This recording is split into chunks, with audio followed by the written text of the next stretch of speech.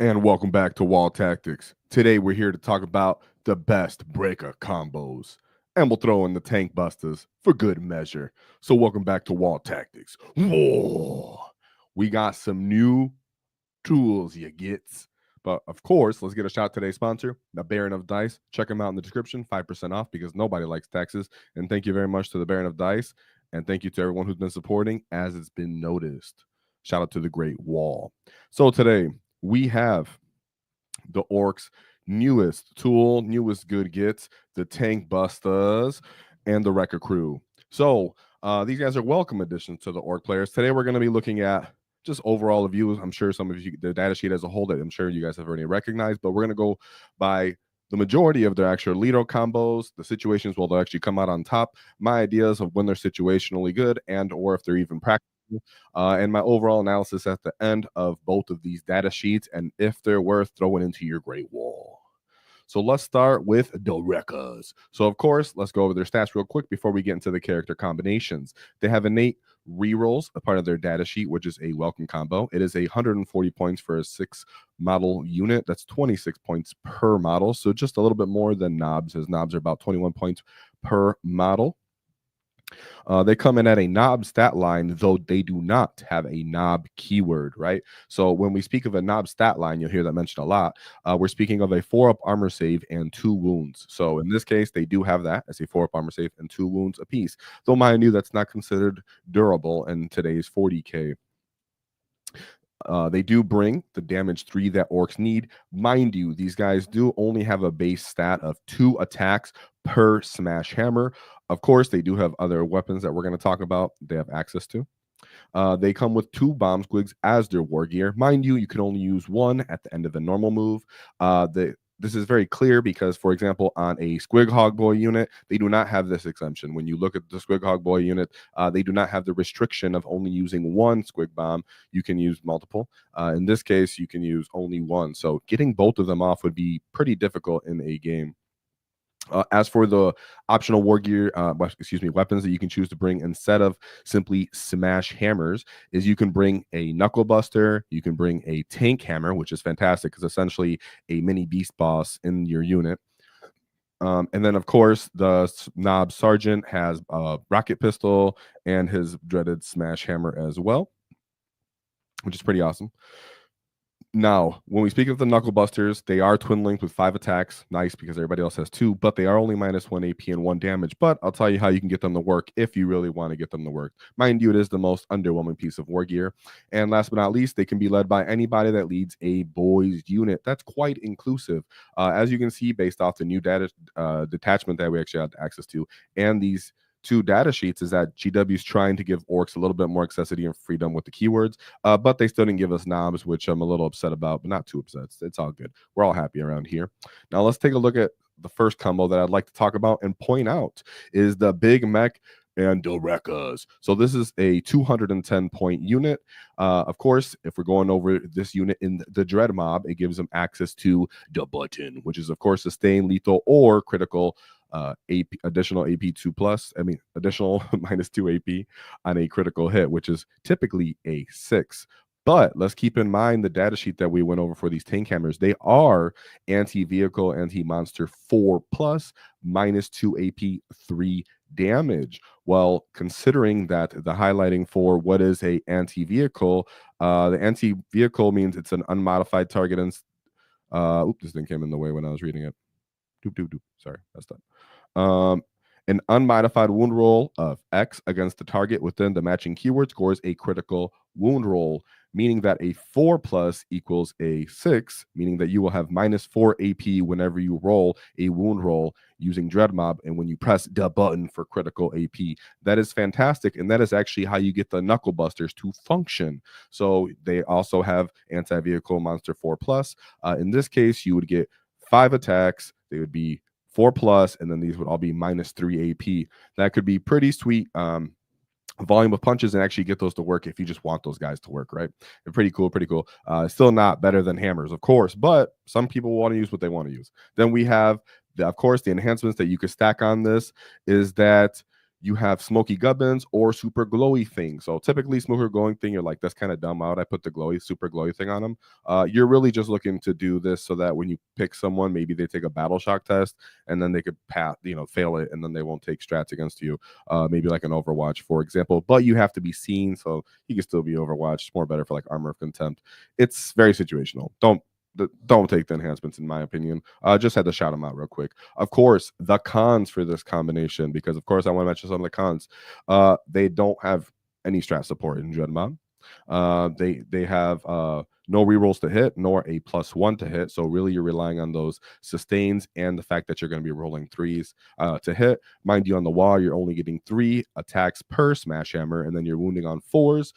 So therefore, you're already quite low volume of attacks. You kind of want everything to go through. Sure, you're the ones that do wound. If you're going into units that don't have invulns, if you're fighting Tyranid monsters, Space Marine Land Raiders, you could take Space Marine Land Raiders up to a 6+ save. They don't use Armor of Contempt with your smash hammers, which is as good as a Dev wound in some cases, right?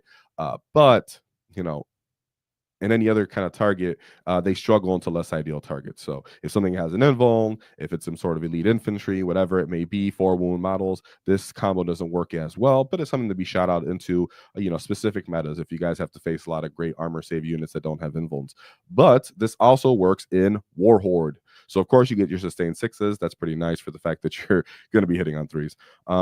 In this case, it's great value from the stratagems. So of course you get Fight on Death, you get Here We Go, and critical 5+ from Run Battle Carnage. But what you're really looking for is Here We Go, because you're looking to also stack that with the Follow Me Lads enhancement so that you can get great modality from this movement unit so it can move around the field and trying to position itself up. Of course, the +2 to it charges means that it will stack with its reroll charges. If you're trying to, again, avoid an Overwatch, you can stay within a terrain piece and declare that.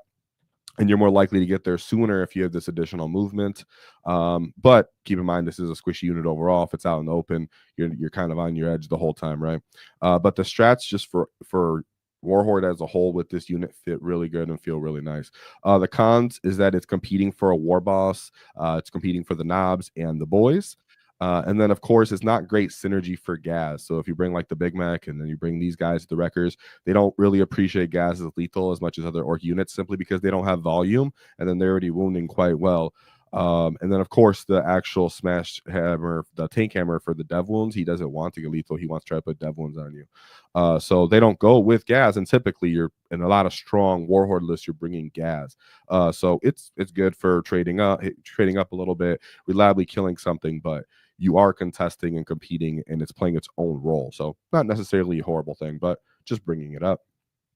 Then we move into what I like to call the meat and potatoes combo, right? Sometimes just direct is what you need, guys, right? All reliable. When you need some nutrition and some healthy feasting, you go to the meat and potatoes. In this case, you're going to just a simple +1 to hit, and then on the wire, you're getting additional 9 attacks from the war boss to assist these Tankbustas and finishing off whatever they're hitting. In all cases, that's essentially good without even considering what detachment they're in.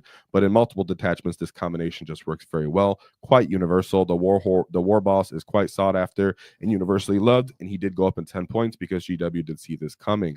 So of course, the fact that he gives the unit +1 to hit really helps with the fact that they're trying to just return everything into wounds and what they're going into on a turnover. Then you have the strat synergy, like I mentioned earlier. Of course, criticals, fight on death, so you can get reliable trades on this expensive unit, and then the movement wins the games, my boys. So you have to just always consider the Warhorde stratagems for this combination as well. Of course, you can get 14, 16 wounds on a Land Raider with this unit, 8 to 10 dead Terminators. You can roughly kill 3 to 4 Custodian Guardians reliably. Shields, of course, become a factor because they're 4 damage, but the boss does it well. Overall, the volume is fantastic. They do still suffer from the fact that Armor of Contempt will be a great deterrent to them. We do understand that Armor of Contempt has been nerfed, but just keep in mind that in combat, it will feel very much the same because for the most part, people are trying to endure one of our big blows, and then they're trying to counterattack or interrupt us on the other side of the battlefield and do a trade out. So if they can endure just that one punch, then the other side of the field, they can win the fight. So a lot of the time, Orcs are looking for that KO blow when they hit you. The fact these guys have -2 AP means they do have the chance to whiff, but having just straight volume helps offset that. Of course, you also have Bully Boys, where I find them to be quite appealing. Of course, they don't have the stratagem access at all because they don't have the knobs keyword, but they do have access to double warhorn, which means they get a double output potential of 2 turns in the game. A lot of the time I like it because it means when they go in the first time, I'll maybe allow my Mega Knob to try to endure a hit on some of the enemy units and just let the wreckers go first in the activation. And then on the following WAAAGH, I'll do it again with the second unit of wreckers. So that just made it so I can deliver them, and it felt really good and really strong. And of course, if you do end up losing one of those units because they are so soft, then you have the follow-up one for the second wall, so you don't feel like you lost your opportunity to get it stuck in there. And then, of course, you have the Tactics Brigade. So it's pretty cool because we now have the Tactics Brigade. We know what they do. It's the new Orc detachment. They do have a couple stratagems, like they can fall back and charge and stuff, but where people, they can move 6 inches when someone falls back from them. But a lot of the time, they're so soft that they're just going to die. And it might just be the war boss left, maybe one knob left. So that could be appealing, but typically it won't be. And of course, and remember, like outside of the wall, what are these guys really doing? We'll talk about that. They do in the Tactics Brigade have access to sustain again, so it feels kind of like pseudo warhorde that you do have to pay for. But in reality, the only order that you really care to benefit from, because you're not trying to risk the stealth, you're not really trying to stand in on the open, is the +1 strength. If you stack that with the WAAAGH, so the smash hammers are a base strength 6, then they go up to 7 on the WAAAGH, and then they go up to strength 8 with an order. That's really only going to be appealing if you're going to like custodians, for example, that the Terminators can get up to T7 and their base infantry is T6. That's only reason I bring that up is because since the new custodian detachment is out and it's a lot of dread knight, dreads, and wreckers kind of go good into dreads. Well, they can also go good into custodians as a whole if you happen to be using this brigade for fun. Just had to throw that out there for all you cunning gets.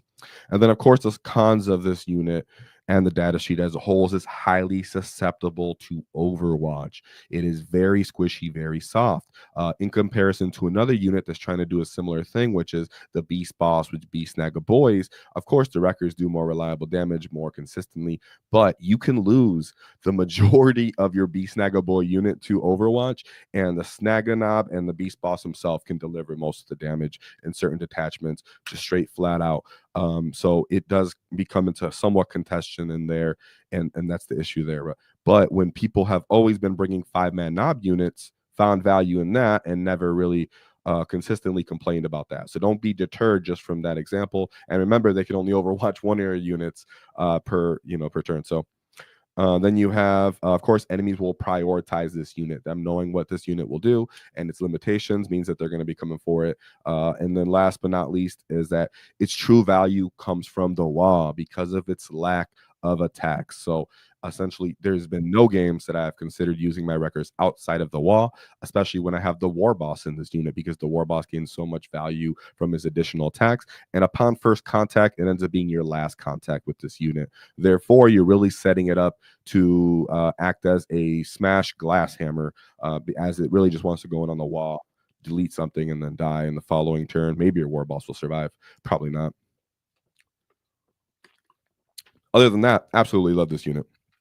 Kills everything. Feels really nice that we finally have a unit that can gain everybody's respect across the table. A lot of the time I'll at least bring one of these guys, if not 2, because right now, at least from what anticipation is, the meta is going to be quite tough and durable, at least from intermediate casual to even some mid-table or GT level. So people should be considering these guys if they can get a hold of them, but not that you must. And of course, last but certainly not least, let's talk about everybody's awkward 2 leaders that they talk about putting onto these guys, the Weird Boy and the Pain Boy. So straight off the bat, Pain Boy, he's not advisable. I won't really even entertain this. He's 80 points for a 31 model. Very small unit. He's trying to give his Feel No Pain 2 and Revenge Gen. Not worth it. Only cool part is he can regen the devastating wound the guys that might kill himself on hazardous. Other than that, whatever. But what we do have here is the Weird Boy. Now, the Weird Boy might seem appealing if you're a crazy git, because you're considering, I'm going to, here we go, for +2 to advance and charge. I'm going to dejump this unit. I'm going to take a 7-inch rerollable charge out of a terrain piece or from jumping right into enemy lines and be avoiding Overwatch. Whoa! But here's the thing. You can literally just roll a 1 and then you take D6 mortals to your unit. So you end up killing like 3 of these dudes. So that's obviously silly. So I'll mention it just because I love you gets. Don't be doing either of these things. War Boss, Big Mech, pretty linear. You can even consider using these guys on their own. Now let's take a quick look at my boys, the Tankbustas. So of course they're 120 points for 6 models, and keep in mind at the end of this, I'm gonna do a conclusion of both these units summarized in one. So Tankbusters, we have 120 points per 6 models, 20 points per model. Oosh, we'll talk about that. Of course, they have 2 dissimilar knob stat line of 4 up armor save, 2 wounds. It's whatever. We have a pulse rocket as their war gear. It improves the strength and armor penetration once per game, equipped by models in the Bears unit by 1. Of course, you can also just choose to take an additional rocket instead. Keep in mind the pulse rocket works on whatever character is leading this unit, because it's the Bears unit. These guys too also get 2 bomb squigs, same issue as the Wreckers. You can only use 1 at the end of a normal move. Keep in mind the Wreckers constantly want to be advancing anyways. At least these guys want to do a normal move because they're trying to shoot, so they're more likely to get it off.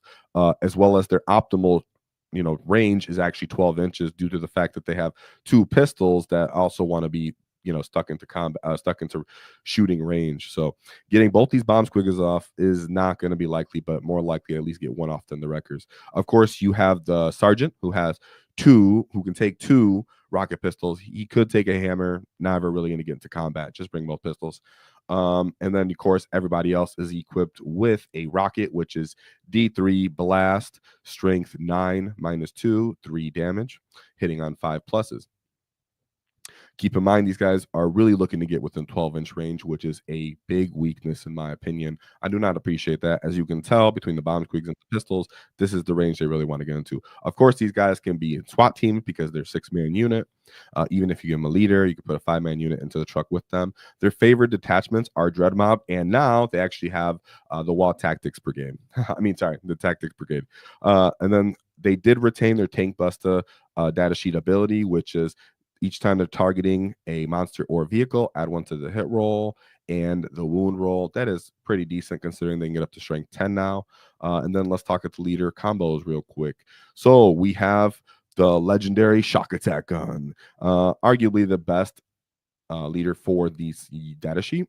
Now that we have 2 detachments, it's more interesting conversation. So we have, of course, the Dread Mob. So it gives access to the button for the tank busters, so they can get lethal, they can get sustain, they can get additional AP.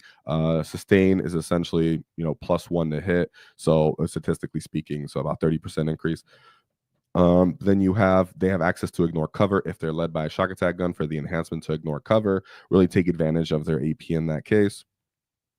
They also do increase the shock attack gun to strength 10 because the pulsar rocket. So the rockets go up to strength 10, the shock attack guns go to strength 10, and then they're +1 to wound. Those are fantastic breaking points. I absolutely love it. They do way better into T10 models.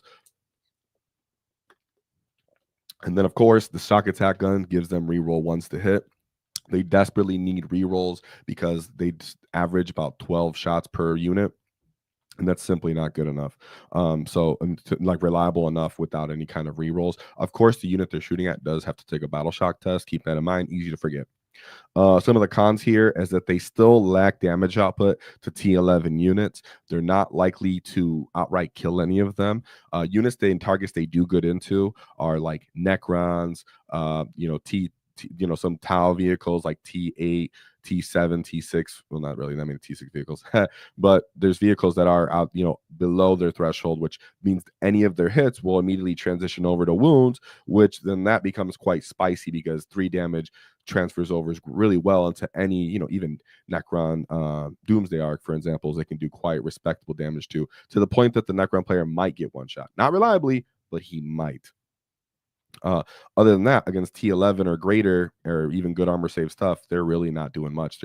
They're taking a chunk out of them, maybe like 5 wounds. Of course, the shock attack gun's a crazy variable. He can go off on his own, but we go off averages. And then, of course, they're unreliable against less ideal targets because they're only re-rolling 1s. If they're shooting into infantry and stuff, they're still not reliable for that reason, and they have to get within 12 inches. So they're running up close to you, they're trying to get into range to shoot you. They make it rain with all their rockets, and then they're immediately within range to get countercharged, and they could even become a deter. Like get in the way of some of your, units that are moving forward and actually trying to get into combat. So they're really kind of awkward for the range they want to be at. And then for the Tankbuster Brigade, orders, yay, they get orders. So the only order that you really find appealing here is that they can give +1 to hit to range attacks for infantry units. But you're like, hey, Waaaghtaktiks, they already get +1 to hit against vehicles and monsters. I understand that. Bear with me. So we have rerolls to hit from the shock attack gun in here as well. And of course, you're giving the shock attack gun +1 to hit. That feels really freaking good. Okay, hitting on 5s is one thing, hitting on 4s is another thing for a shock attack gun. Keep in mind, of course, he gets a d6 amount of shots and +1, but his little grotling assistant means that he gets to re-roll that. So that's already looking quite interesting. Then, of course, there is the Mech Captain. You could give it the entire enhancement for rerolls to hit. Not that I would advise it necessarily, but just got to throw that out there if you're really trying to make them work, maybe in smaller games, for example. And then, of course, like I said, they can be ordered for +1 to hit from a basic mech if you didn't take a shock attack gun to just the naked Tankbuster unit. So now I answer your question. Why would I do that? Well, keep in mind, a ton of stuff in the meta has stealth nowadays, and a bunch of enemy vehicles have access to pop smoke. So a lot of enemies are going to try to offset your Tankbuster already. His +1 to hit back to hitting on 4s. He's only averaging 12 shots, excuse me. So you really need him to go off. If you're not trying to play the leader tax of the shock attack on him, then it might behoove you to just yell at him, yell at Tankbusters to pop out and get +1 to hit and try to offset maybe any potential smoke if you are worried about that, or if they're going to enemy infantry. If they are trying to go into enemy infantry that has potential to have stealth, you're giving them +1 to hit. Well, then they can go back to hitting on 5s and actually take advantage of those blasts, so they're not utterly useless in those matchups. So it can become a little bit appealing to bring maybe 1 or 2 of these units if you're not just outright bringing Ludas and such or flash kits. And then the cons, there's no real strat support. Of course, you can fall back and shoot. And then, of course, if someone falls back from you, I don't know why the heck they would, but if they fall back from you, you can do a normal move and then drop a bomb squig for 1 CP because it's a normal move for that stratagem, but it's really situational and awkward. They're not really that great for strat support. Of course, reroll hits enhancement is better on other units. That's a different video. And then the best targets, like I said earlier, are T9 and below targets. They really just want to be wounding you on 3s. They really, 2s, even 3s, they can still whiff a little bit too reliably. So really looking to wound stuff on 2s vehicles. So really targets below T9 are your optimal targets. Not too many of those lying about the game. Not too many of those that the Orks already can't deal with other tools. So final thoughts about these 2 additions to the Ork Codex. Overall, they're welcome additions to the Ork Codex. We're not mad to have more stuff to kill vehicles other than relying on the simple beast boss, rather than relying on Gaz. We did lose the squigs for being useful, so maybe GW will bring them back if they figure out what they are doing with them. And then another thing I want to point out here is I don't think they're mandatory to succeed. A lot of the hype around them when they first came out was like people are going to bring 3x3x3. I think the more that the time has passed, the more that the hype has kind of settled, the more people are realizing that I don't really need to bring 3 of these. I'm good with 2, maybe even 1, and some people are even considering bringing none for certain detachments, at least for Breaka Boyz, are more considered than Tankbusters. I do like that people are still considering them, though, right? That's why I said they're not mandatory to succeed, because I don't think you guys need to tech into them to win, and I don't think you should tech away from them to win either. I think you should just play them if you find them appealing and try to figure them out. The Orks are in a great place right now, and that's why they're just welcome additions as a whole. So don't be discouraged, or like if you don't have them, and don't be swayed to be chased them down. And if you did get a hold of them, be proud of them, because they're very, very versatile. And then, of course, breakers are highly vulnerable to Overwatch. I have to stress that to any new players. Can be considerate every time you move these guys, because if I'm the enemy player and I know those guys are in the field, that's immediately the only thing I'm looking to target with Overwatch, no matter what you're moving in my face. Because Orks having a unit that can auto delete you just hurts any matchup against them, And then, of course, overall, both units are quite squishy, more considered elite premium tools. Ork players are not used to really having premium tools like that. Like I said, you can have a beast boss and he can get Overwatch and you can lose like 5 snaggers and you're like, I didn't even notice. Whoa, and just run and hit them. In this case, you'll notice right away and they'll do essentially nothing. So they're in a weird point cost for about 215 points. I think I had it here. They're at a weird point cost where it's like for 215 points, they have to take out something quite durable and tough. But if they fail to one shot it, then they're pretty much instant deleted. And Orks don't usually have like another follow up to like finish it off unless they threw bomb squigs and really tactically threw grenades. So it could work. So I don't be discouraged. I'm just saying it will take more thought than that. They're at a weird point cost, but I do feel like it is a fair point cost. And I did put that out here. Breakers are pointed fairly. They could go down maybe 5, maybe even 10 points for some reason down the future. But all in all, they're quite fair where they're at. Orcs just kind of got to figure out having premium tools.